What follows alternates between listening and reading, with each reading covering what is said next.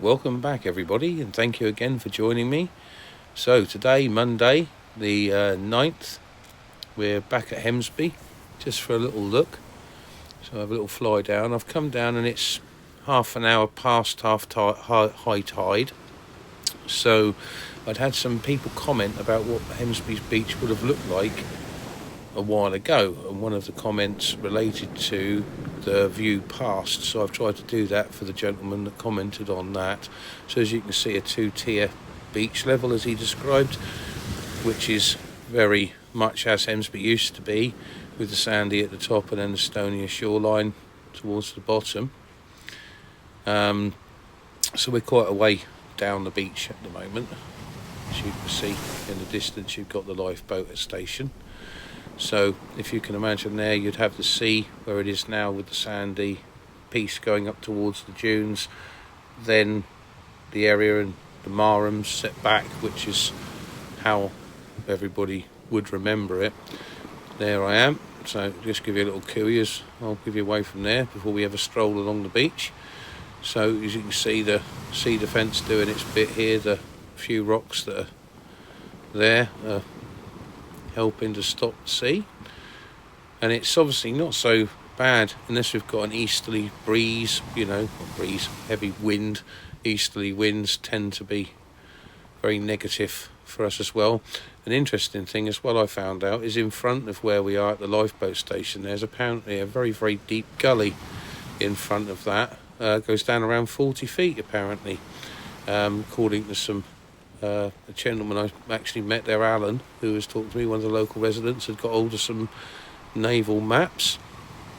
So here we can see the sea against the sea defences protecting those homes there as we scan across. So you can see there even more has sort of come away from that. You can see the sand sort of covering over where the road had collapsed down.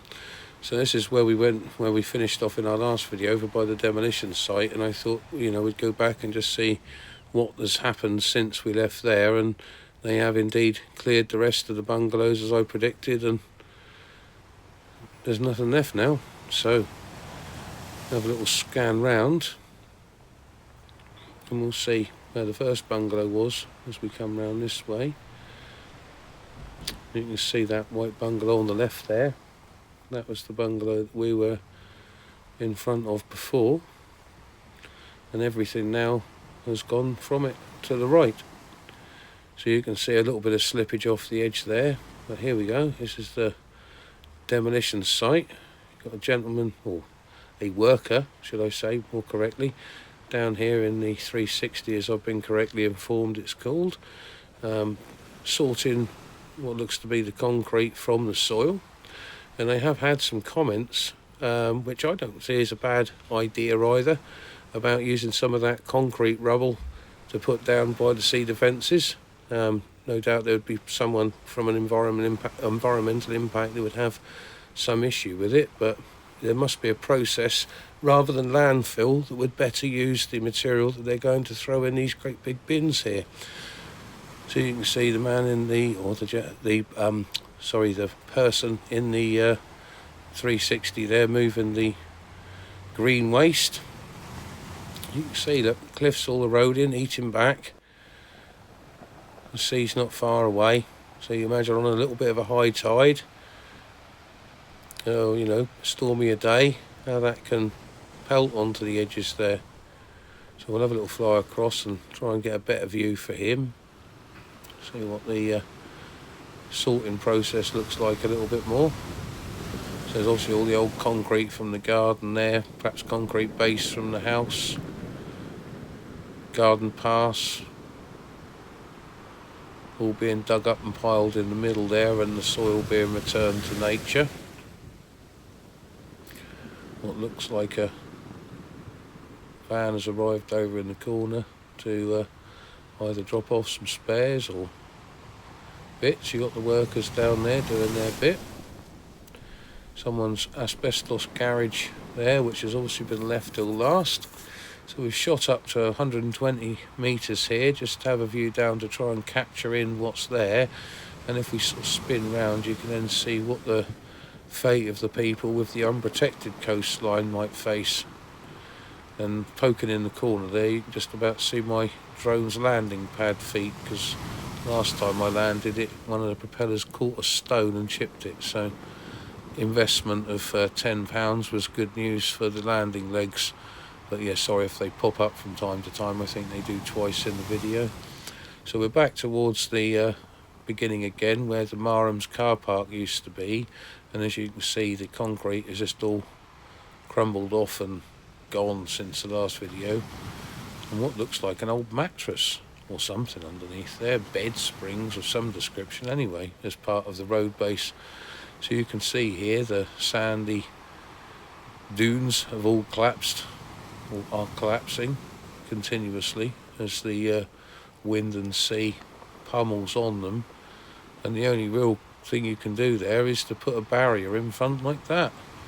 And yes, okay, to some that might not be the most appealing, but it would certainly have saved that tree from losing its roots and falling off the side. And I know it's a tree, but you know, it had a purpose as well, didn't it? It was giving a bit of oxygen back to everybody, and now it's starved of oxygen whilst lying on the beach. A little bit of pelting there. Nice breakers on the rocks, and we can see how efficiently they disperse the energy.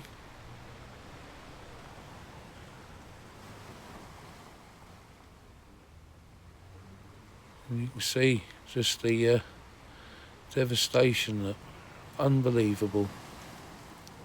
Just wouldn't recognise the place. I mean, I think we've lost 10 metres in less than 6 weeks. It has just munched. I mean, I think it says on the AI thing I looked at a little while ago that since the beginning of 2026, I mean, they might be slightly off with that, but certainly it would, you can see the difference. It's massive. So we're back into the area now where the 360 is popping the green waste and all of the bits into that one, so he's sorting all that nicely. But again, the skips did look a bit mixed when I had a little scan round them.